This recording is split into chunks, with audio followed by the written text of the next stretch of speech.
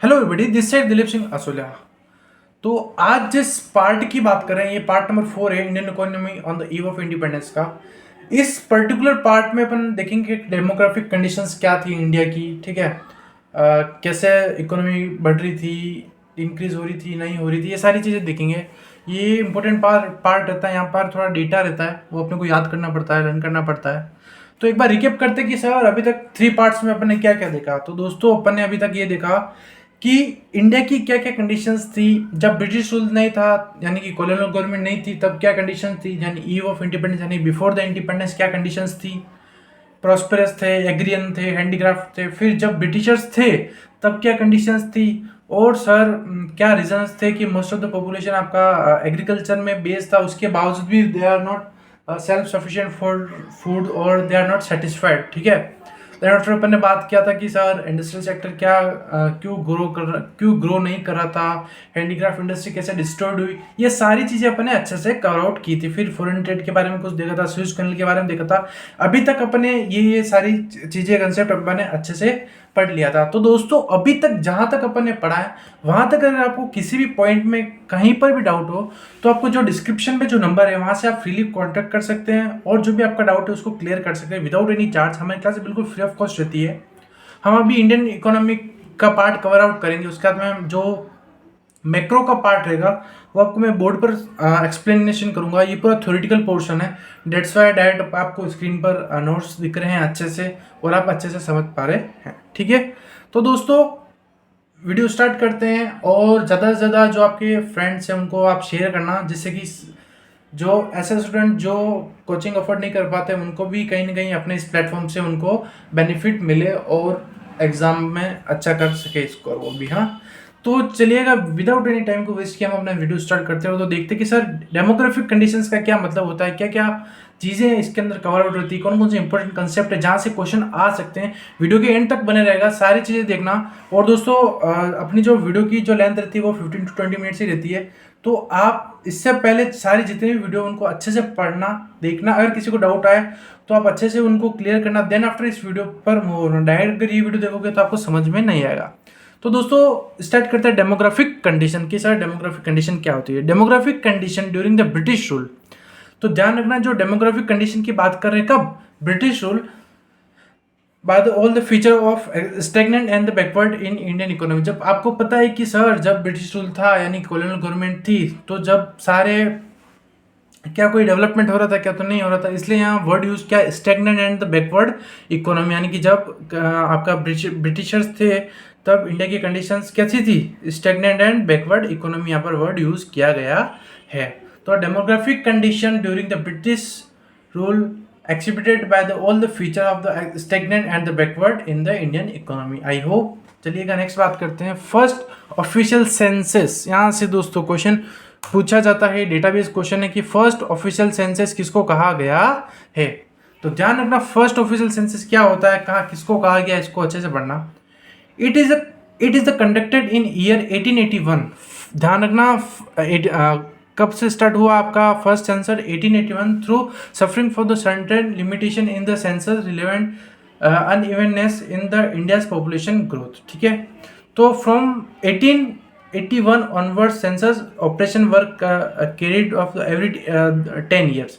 तो ध्यान रखना फर्स्ट सेंसस स्टार्ट हुआ था वो 1881 में हुआ और एवरी 10 ईयर्स यानी कि हर 10 साल बाद में मतलब इसको अपन काउंट किया जाता है ना, जिसको जनगणना कहा जाता है इन जनरली हिंदी में बात करें तो 1881 से ये स्टार्ट हुआ था और हर 10 साल के अंदर अंदर इसको कैलकुलेट काउंट किया जाता है। चलिएगा नेक्स्ट बात करते हैं डेमोग्राफिक ट्रांजेक्शन की बात करते हैं। इसमें 3 स्टेज होती है, स्टेज फर्स्ट, स्टेज 2 और stage 3।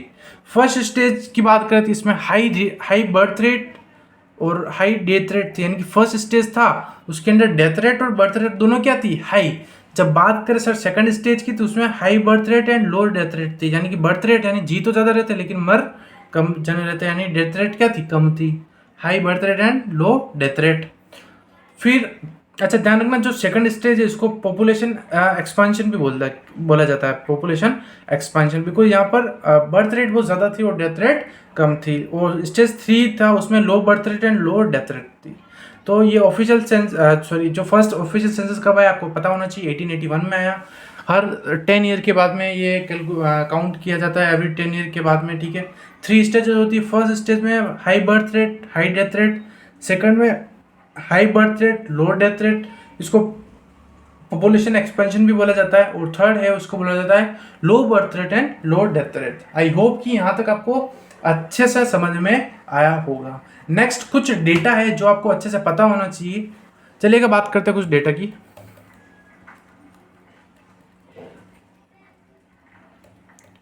1921 the year of great dividend, याद रखना। The year of great dividend कब किसको कहा जाता है, तो कब ये इंट्रोड्यूस हुआ, 1921 को, ठीक है। 1921 को ईयर क्या, कौन सा ईयर बोला जाता है, the year of the great dividend. Before 1921 India was the first stage of a demographic transition. The second stage of the transaction become after 1921. So the year 1921 is described as the year of the great dividend, ठीक है। Great dividend इसलिए बोला गया है कि जो stages पड़ी, जो सेकंड स्टेज थी, जो पॉपुलेशन एक्सपांशन, जहाँ पर हाई बर्थ रेट और डेथ रेट कम थी, उसको the year of great dividend बोला गया है 1921 में, ठीक है। ये चीज़ें आपको अच्छे से पता होना चाहिए। The demographic condition during the colonial rule is described as the following points. कुछ पॉइंट आपको गिवन है जिससे आपको डेमोग्राफिक कंडीशंस पता चलेगी। फर्स्ट बात करते हैं high birth rate and the death rate, कि सर हाई बर्थ रेट और डेथ रेट का क्या मीनिंग होता है, क्या डेफिनेशन होती है। तो birth rate refers to the number of children born per 1000 in a year. क्या बर्थ रेट क्या होता है, birth rate refers to number of children born per 1000 in a year, यानी एक साल के अंदर ऐसे कितने बच्चे बोर्न हो रहे हैं जो एक साल की एज से कम है। तो birth rate refer to the number of children born per 1000, यानी कि 1000 में से कितने बेबी बोर्न हो रहे हैं, ठीक है, इन अ ईयर, एक साल के अंदर 1000 में से कितने बेबी बोर्न हो रहे हैं, उसको बर्थ रेट बोला गया। और डेथ रेट का मतलब होता है, death rate refer to the number of people dying per 1000 in a year, ठीक है, यानी कि 1000 में से कितने लोग बोर्न हो रहे हैं, उसको बर्थ रेट बोला गया है। और 1000 में से कितने लोग मर रहे हैं, ठीक है, कितने की डेथ हो रही है पर 1000 इन अ ईयर, यानी एक साल के अंदर 1000 में से कितने लोग जी रहे हैं, कितने बोर्न हो रहे हैं, और कितने ऐसे हैं जो जिनकी डेथ हो रही है 1000 में से एक साल के अंदर, उसको बर्थ रेट और डेथ रेट बोला गया है। आई होप कि यहाँ तक आपको अच्छे से समझ में आ गया। एक बार वापस एक्सप्लेन करता हूँ। बर्थ रेट का मतलब होता है कि ऐसे कितने चिल्ड्रन हैं जो बोर्न हो रहे हैं पर 1000 इन ईयर, एक साल के अंदर 1000 में से कितने ऐसे चिल्ड्रन हैं जो बोर्न हो रहे हैं।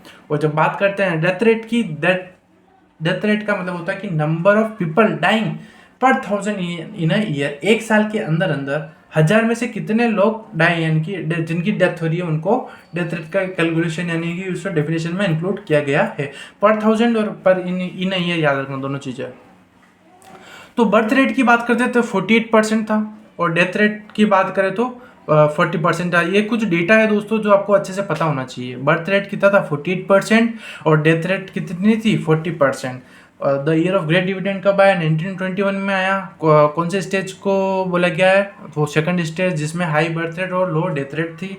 फिर ऑफिशियल सेंसस कब आया, ये सारी चीज़ें हैं जो आपको अच्छे से पता होनी चाहिए। नेक्स्ट बात करते हैं एक्सट्रीमली लो लिटरेसी रेट। जो लिटरेसी रेट थे वो, उसके बारे में बात करते हैं। Overall literally rate was less than 16% out of is female literacy rate was 7, यानी कि टोटल लिटरेसी रेट की बात करें तो 16% थी, उसमें से 7% क्या था, फीमेल का लिटरेसी रेट था। फिर पुअर हेल्थ फैसिलिटीज, ये दोस्तों डेटा है, इसमें कुछ कंसेप्चुअल चीज़ें नहीं, ये सारी चीज़ें आपको एज इट इज याद ही करनी पड़ेगी, है ना। पुअर हेल्थ फैसिलिटी की उस टाइम पे क्या ब्रिटिशर्स ने, आपको लगता है क्या कुछ हेल्थ फैसिलिटीज़ पर कुछ ध्यान दिया होगा, कुछ फोकस किया होगा, तो नहीं। तो देखते हैं। Public health facility were either unavailable to the large mass of the population or when available were high inadequate. As a result, water and air, यहाँ air है ना, water and airborne diseases were widespread, यानी कि उस time पर mass scale में बहुत सारी डिजीजेस होती थी क्योंकि पॉपुलेशन बहुत ज़्यादा थी। उसके बावजूद भी जो ब्रिटिश गवर्नमेंट थी, यानी कि जो कॉलोनियल गवर्नमेंट थी, उन्होंने एज सच कोई फोकस नहीं किया था किसके ऊपर, फॉर द हेल्थ फैसिलिटीज़ के ऊपर उन्होंने कोई जनरली ध्यान नहीं दिया था, फोकस नहीं किया था। उसकी वजह से जो ऐसी डिजीजेज जो पानी नहीं, वाटर और एयर यानी कि जो क्लाइमेट से होती है, वो बहुत ज़्यादा वाइड स्प्रेड थी उस टाइम पर, ठीक है। फिर हाई इन्फेंट मोटिलिटी रेट, अब देखते दोस्तों हाई इन्फेंट मोटिलिटी रेट क्या थी, कैसे क्या था, देखते पढ़ते हैं। Infant mortality rate refers to the dying before the reaching 1 year of age per 1000, ठीक है। इन्फेंट मोटिलिटी रेट का मतलब होता है कि दोस्तों ऐसे कितने लोग हैं जो इतने इतने कितने चिल्ड्रन हैं जो 1 साल की एज करने से पहले ही जिनकी डेथ हो रही है, ठीक है, उनको इन्फेंट मोटिलिटी रेट बोला जाता है, ठीक है। The infant mortality rate was quite alarming about the 218% per 1000 ना, 218 per 1000 in context to the infant mortality rate 44% in 2011। 2011 के अनुसार 44% थी क्या आपका infant mortality rate. Infant mortality rate क्या होती है, rate refers to the dying before reaching 1 year of age per 1000, ठीक है। यानी कि ऐसे बेबी जो 1 साल की एज कंप्लीट करने से पहले ही जिनकी डेथ हो रही थी उनको इन्फेंट मोटिलिटी रेट बोला जाता है। 2011 के डेटा के अकॉर्डिंग 44% इन्फेंट मोटिलिटी रेट थी दोस्तों। डेटा आपको अच्छे से याद होना चाहिए, ठीक है, ध्यान रखना, ये डेटा 2011 के अकॉर्डिंग है ना। नेक्स्ट बात करते हैं लो लाइफ एक्सेप्टेंसी दोस्तों। चलिएगा नेक्स्ट बात करते हैं लो, सॉरी कुछ टेक्निकल इशू नहीं आ रहा है, yes offline. Low life expectancy rate, sir expectancy rate कितनी थी, low life expectancy rate, it refer to average number of year for which people are expected to live. Life expectancy was 44 year, यानी कि लो life एक्सेप्टेंसी मतलब कितने लोग जी रहे थे, कितने लोग जी रहे थे, मतलब उनकी लाइफ कितनी थी, तो 44 years average, on an average उनकी लाइफ थी। आप बोलोगे कि सर हमने तो सुना है कि जो दादाजी परदाजी थे तब वो बहुत ज़्यादा जीते थे, बट ऑन एन एवरेज की बात की। बट ऐसे भी तो थे जो 1 साल की एज करने से पहले मरे, यानी इन्फेंट भी थे, फिर कोई 15 की एज करने से पहले मर रहा था, डेथ हो रही थी उनकी, तो ऐसे तो इन जनरली बोला जाता है। तो एवरेज निकाला तो 44 ईयर ही उनकी लाइफ एक्सेप्टेंसी रेट थी, ठीक है। फिर वाइड स्प्रेड पॉवर्टी, ठीक है, वाइड स्प्रेड पॉवर्टी में पढ़ते हैं। there was no reliable data about the extremely of poverty, but there is no doubt that the extensive poverty prevailing in India during the colonial period, ठीक है। the overall standard of the living of common people in India was very low and there was a widespread poverty in country। आपको पता है कि क्या आप अभी तक जो भी आपने कंसेप्ट क्लियर किया वहाँ पर आपको लगता है क्या कि ब्रिटिशर्स ने इंडिया के लिए कुछ किया होगा, तो नहीं किया। तो पॉवर्टी तो ऑब्वियसली चीज़ है, आपको दिख ही रही है। तो यहाँ पर आपका डेमोग्राफिक कंडीशन वाला डेमोग्राफिक वाला जो टॉपिक है वो पूरा कवर आउट होता है। तो एक बार वापस इसको अच्छे से पढ़ते कि सर डेमोग्राफिक कंडीशंस क्या होती है, कैसे क्या होता है। तो ब्रिटिश गवर्नमेंट के टाइम पर जो डेमोग्राफिक कंडीशन थी, इकोनॉमी वो स्टैग्नेंट और बैकवर्ड थी। फिर फर्स्ट ऑफिशियल सेंसस कब आया था, 1881 में आया, जिसके अंदर 3 स्टेजेस थी। स्टेज फर्स्ट में high birth rate high death rate, second stage में high birth rate low death rate, जिसको पॉपुलेशन एक्सपांशन भी बोला गया है। यहाँ पर ही the year of great dividend बोला गया है 1921 को, इस वाले एरिया को, जहाँ पर हाई बर्थ रेट और लो डेथ रेट थी। थर्ड है लो बर्थ रेट और लो डेथ रेट, ठीक है। The year of great dividend 1921 को बोला गया है। इसके अंदर क्या थे, हाई बर्थ रेट थी बट लो डेथ रेट थी, इसके लिए इसको क्या बोला गया है, the year of great dividend, ठीक है। देन आफ्टर बात की हाई बर्थ रेट, और बर्थ रेट का मतलब क्या होता है कि 1 साल के अंदर पर 1000 में से कितने चिल्ड्रन बोर्न हो रहे हैं, और डेथ रेट के अंदर 1 साल के अंदर पर 1000 में से कितने जने जिनकी डेथ हो रही है उनको डेथ रेट बोला गया, ठीक है। तो डेटा याद रखना है आपको, 48% बर्थ रेट थी और डेथ रेट कितनी थी, 40%। फिर लिटरेसी रेट, कितने लोग पढ़े हुए थे, 16% ओवरऑल, उसमें से 7% फीमेल्स थी, ठीक है। हेल्थ फैसिलिटी कोई अच्छी नहीं थी, बहुत ज़्यादा जो वाइड स्प्रेड कह सकते हैं कि हेल्थ फैसिलिटीज़ थी। बहुत ज़्यादा लोग जिससे बीमार हो रहे थे वो वाटर और एयर से जो भी डिजीज़ होती हैं उनसे वो ज़्यादा बीमार हो रहे थे, ठीक है। फिर इन्फेंट मोटिलिटी रेट, यानी कि ऐसे चिल्ड्रन जो 1 साल की एज किए बिना ही जिनकी डेथ हो रही थी पर थाउजेंड आपको यहाँ पर सब में याद रखना है ना आपको। तो उसका परसेंटेज की बात करें तो 44% है अकॉर्डिंग टू द 2011, ठीक है। और फिर बात करें 44 पर थाउजेंड है ना, पर थाउजेंड, 1000 में से 44 जने है ना। फिर 218 पर थाउजेंड, 1000 में से ये वाले डेटा आप अच्छे से देख के जाना। लाइफ एक्सेप्टेंसी रेट कितने लोग जी रहे थे तो 44 ईयर एवरेज लाइफ एक्सेप्टेंसी थी, ठीक है उनकी।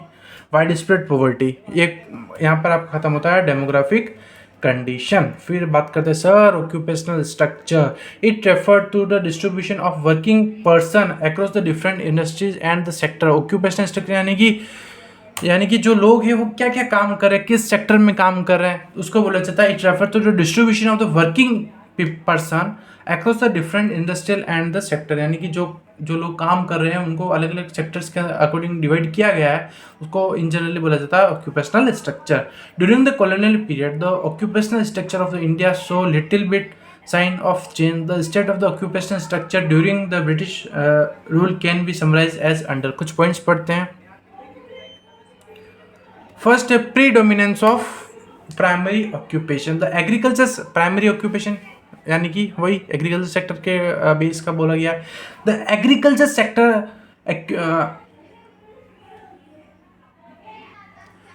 the agriculture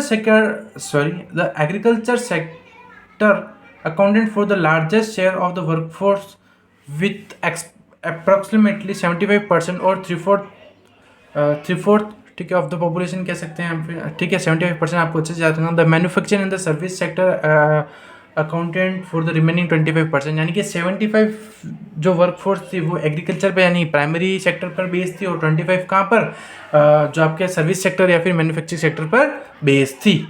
नेक्स्ट बात करते हैं regional variation. Another striking aspect of the growing regional variation, the state of the Tamil Nadu, Andhra Pradesh, Kerala, Karnataka, Maharashtra, West Bengal witnessed the decline in the dependence of the workforce on the agriculture sector with the commercialization of increase, ठीक है। तो यहाँ से अपन next video में cover out करेंगे और देखेंगे कि सर कौन कौन से इंपॉर्टेंट कंसेप्ट है, क्वेश्चन है। तो thank you and have a nice day. Occupational structure upon next video से कवर आउट करेंगे। Thank you and have a nice day team DSA।